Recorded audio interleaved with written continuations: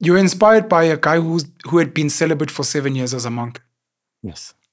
In your journey, did you ever choose celibacy? Are you celibate? Have you been celibate? And you can choose to answer or not. And if you do answer and the answer is yes, what would be the benefits for the ordinary man? Yeah, in my life, I've been following celibacy since I began this journey. The benefits of celibacy are that there's a subtle energy or a Shakti or a Tejas, it's called, or Oja, a potency that is found in semen.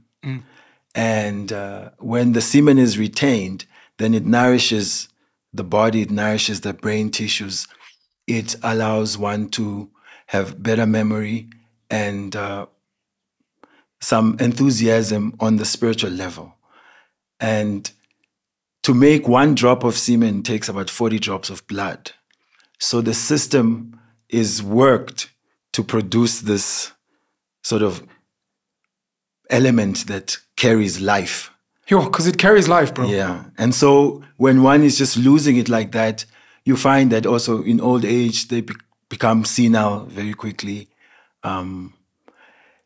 Also, when one wants to discipline the mind and senses, if you've quieted down sex desire, then more than half of your job is done. Because the chief agitator for the mind and senses is sex desire. So there's 2 ways to deal with that. One is that it can be engaged in a committed relationship of marriage. That's why marriage is there, to discipline one's sex desire, one partner. And when it's most disciplined, then sex would be for procreation only. When it's not, then we say at least sex in marriage. Now, when sex is just for shopping on Tinder, then it creates a less strong human being who can be swept away by all sorts of agendas and can be channeled for all sorts of consumerism and just cannot stand for his spiritual rights. So I took the one journey where monastic life and no marriage, and then following celibacy in that format. How long have you been celibate for? I started 2002. It's 22 years. Yeah. Well, it all started not smooth sailing. So it's been a building up, and I would say, many years later now, yeah, I feel very fortunate that I got on this path. It's really shed so much unnecessary burdens of my life. There's a movement now in the masculinity circles of semen retention. Oh, yeah. And they speak about some of these things you're saying. And more important of everything you're saying is the sexual discipline, because in a hypersexualized world, sex becomes the thing that pulls men and women to do a whole lot of things, spend a whole lot of money, go to places where they generally wouldn't and that aren't in line with their goals and what they're trying to achieve. We've been given a seed of life. Do you never feel a need that at some point you need to plant it somewhere? Is the plan to have lifetime celibacy like a Mother Teresa, or is the plan to at some point maybe just plant just for future? I don't know. No, the plan is lifetime.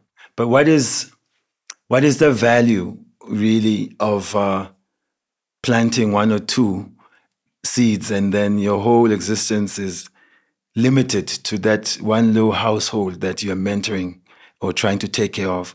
So for a monk, he adopts the whole world as his family. So now you could say, I have children across the world because the seed of knowledge is what is being planted. The seed of devotion is being planted and being watered and sheltered by guiding people, inspiring them, and being there for them throughout the difficulties of life.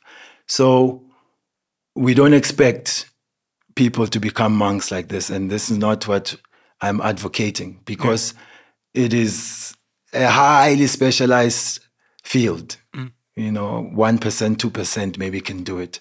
But we are advocating that understand how sex desire is chaining you to a life that you may not really desire, but you're just compelled because we want to be sexually desirable. So then we are trying to get all sorts of things to fit that category. I want to stress that higher than sex desire is actually love. And love is not dependent on physical. In fact, when one starts to move off the physical, you're attracted to someone intellectually. That's an even stronger and sweeter. And then spiritually, then sex then just becomes a minor detail of a deeper relationship. And ultimately, we want a relationship with God.